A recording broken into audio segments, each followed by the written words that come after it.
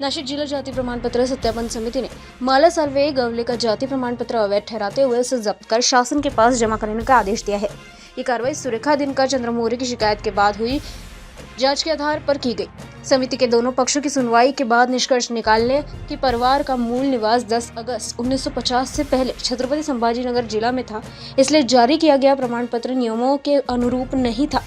इस फैसले के बाद नगर सेविका के पद पर संकट गहरा गया है और इगतपुर की राजनीति में हलचल तेज हो गई है। सदर प्रकरणामध्ये माला राजेंद्र साळवे यांना एका दिवसामध्ये जातीचा दाखला कसा भेटला त्याच्यावरून आम्हाला संशय आल्यानंतर मी त्यांच्या कागदपत्रांची चौकशी केली।